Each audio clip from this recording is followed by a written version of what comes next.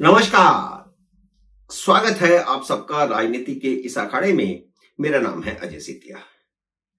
मित्रों, राहुल गांधी ने लोकसभा में राष्ट्रपति के अभिभाषण पर चर्चा के दौरान जो भाषण दिया उसमें उन्होंने हिंदुओं को हिंसक कहा है। राहुल गांधी की पहले जब सरकार थी, यानी सोनिया गांधी की पहले जब सरकार थी, जिसके मुखौटा मनमोहन सिंह थे, उस मनमोहन सिंह सरकार ने हिंदुओं को आतंकवादी कहा था। अब जब वह 99 सीटें लेकर के आए हैं तो उनका वो पुराना एजेंडा हिंदुओं को बदनाम करने का, हिंदुओं को आतंकवादी कहने का फिर से सतह पर आ गया है। राहुल गांधी के खिलाफ जो प्रदर्शन हो रहे हैं और हिंदू साधु संत धर्मात्मा लोग भी उनके खिलाफ बयानबाजी कर रहे हैं।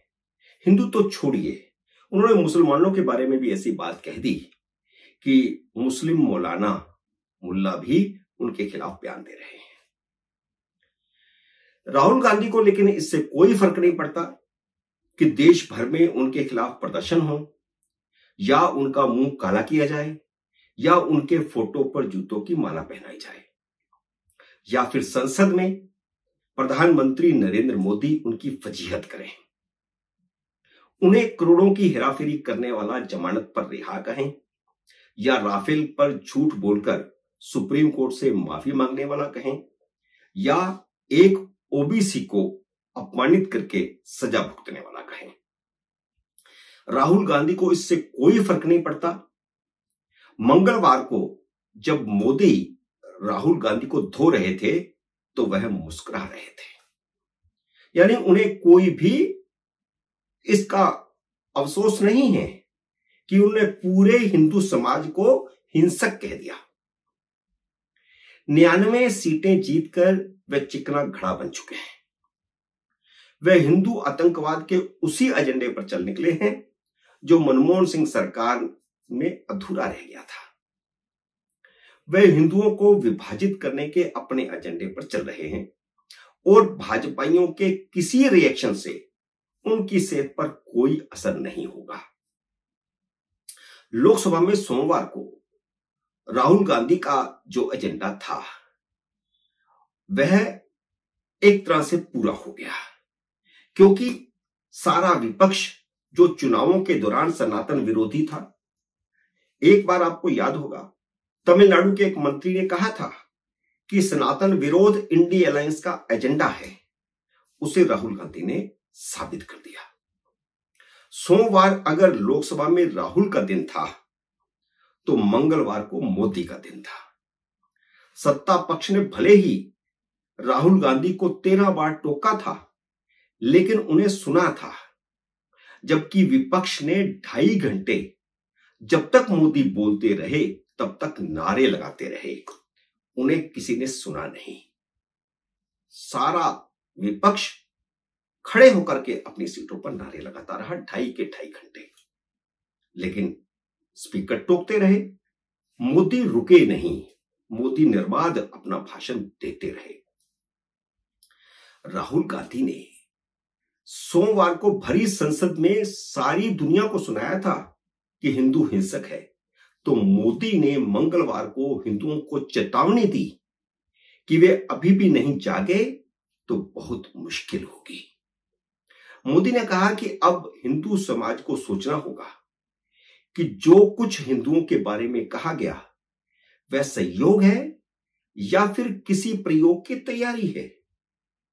मोदी ने सिर्फ इशारा किया है कि अगर अभी भी हिंदू सावधान नहीं हुए, वे न जागे, तो राहुल गांधी, अखिलेश यादव, स्टालिन, उनका परिवार और बाकी सब जो विपक्ष के लोग हैं जो इंडिया अलायंस के जुड़े हुए हैं, उनके इरादे बहुत खतरनाक है। और तो और उद्धव ठाकरे भी उन्हीं के साथ खड़े हो गए हैं। उन्हें भी राहुल गांधी के बयान में कुछ गलत नहीं लगता। उन्होंने कहा कि राहुल गांधी ने कुछ भी गलत नहीं कहा है।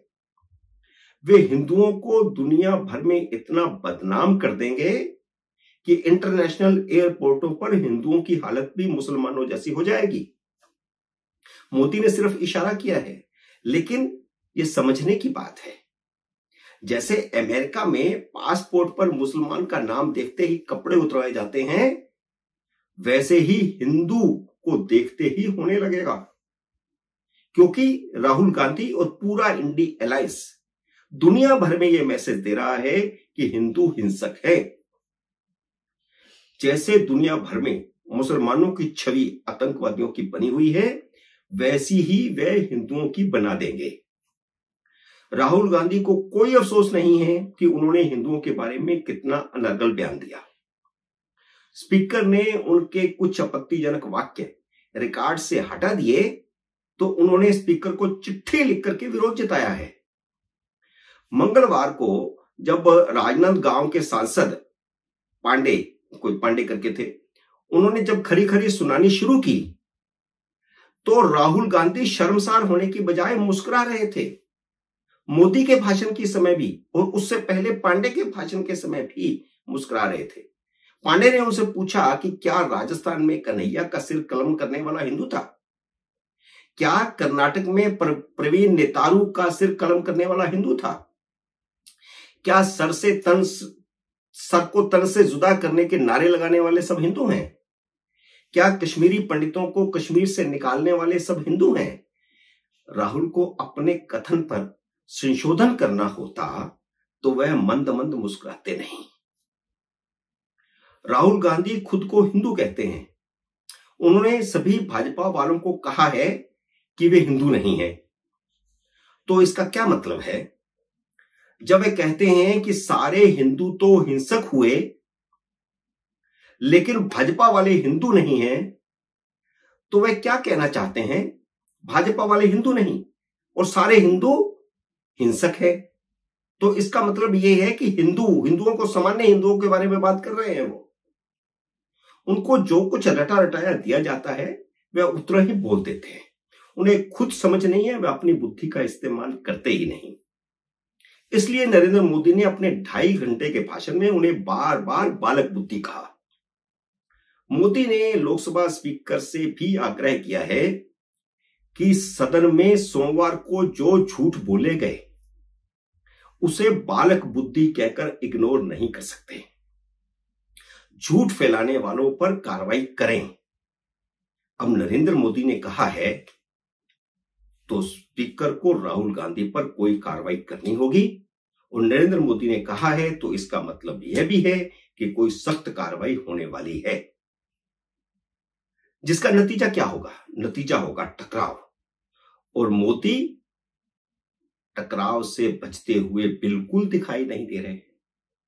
उनका भाषण उतना ही जोशीला था, उतना ही हमलावर था जितना 16वीं लोकसभा में था या 17वीं लोकसभा में था।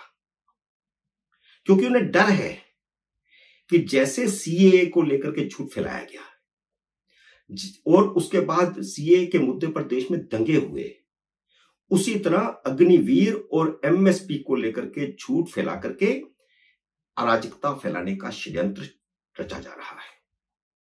झूठ फैलाकर देश को संकट की ओर धकेलने की कोशिश हो रही है। इससे पहले संविधान और आरक्षण पर झूठ बोला गया। सारे चुनाव में आरक्षण और संविधान को लेकर के झूठ बोला गया, और जब चुनाव हो चुका उसके बाद भी संविधान और आरक्षण को लेकर के झूठ बोला जा रहा है। मोदी ने देश को याद दिलाया कि नेहरू, इंदिरा और राजीव गांधी आरक्षण के विरोधी थे। नेहरू की एक चिट्ठी का जिक्र किया उन्होंने, जो उन्होंने मुख्यमंत्रियों को लिखी थी आरक्षण के बारे में। इसी तरह इंदिरा गांधी ने मंडल आयोग की जो सिफारिशों की थी उसकी रिपोर्ट दबा करके रखी सालों साल, और जब मंडल आयोग लागू हुआ उस समय राजीव गांधी विपक्ष के नेता थे, तो राजीव गांधी ने आरक्षण का विरोध किया था। ये सारी बातें नरेंद्र मोदी ने याद दिलाई। सिर्फ आपातकाल का मुद्दा नहीं है जब संविधान कुचला गया और लोकतंत्र कुचला गया, आरक्षण पर भी इस परिवार का जो पूरा रिकॉर्ड रहा है उसको भी आज मोदी ने खोलकर सबके सामने रखा। अब बालक बुद्धि दलितों, आदिवासियों और ओबीसी को आरक्षण खत्म होने का झूठ फैला रहे हैं, जबकि परिवार का रिकॉर्ड कुछ और है। आप और हम सब जानते हैं कि सिर्फ राहुल गांधी या कांग्रेस या बाकी सभी विपक्षी नेताओं ने ही नहीं, बल्कि कांग्रेस के इकोसिस्टम ने भी चुनावों में बहुत झूठ फैलाया है और अभी भी वह झूठ जारी है। कौन है ये इकोसिस्टम में? Left liberal. और भले ही वह जर्मनी में बैठा ध्रुव राठी हो या भारत में बैठे उसके भाई बंधु जो यूट्यूब के माध्यम से लगातार झूठ फैलाते रहे। नरेंद्र मोदी ने पहली बार कांग्रेस के इकोसिस्टम को भी चेतावनी दी है। उन्होंने कहा है कि उनकी हर साजिश का जवाब उन्हीं की भाषा में दिया जाएगा। यानी हंटर सिर्फ भ्रष्टाचारी केजरीवाल, के कविता और तेजस्वी यादव पर नहीं, एजेंडाधारी यूट्यूबरों पर भी चलने वाला है। उनकी देश विरोधी साजिशों को देश स्वीकार नहीं करेगा, यह सीधा मैसेज नरेंद्र मोदी ने दिया है। मित्रों, उम्मीद है मेरा ये वीडियो आपको पसंद आया होगा। इसे लाइक और शेयर कीजिए। अगर आपने मेरे यूट्यूब चैनल को अब तक सब्सक्राइब नहीं किया तो कृपया सब्सक्राइब करके अपना आशीर्वाद दीजिए। जल्द ही मिलते हैं अगले वीडियो में किसी अन्य विषय के साथ। तब तक नमस्कार।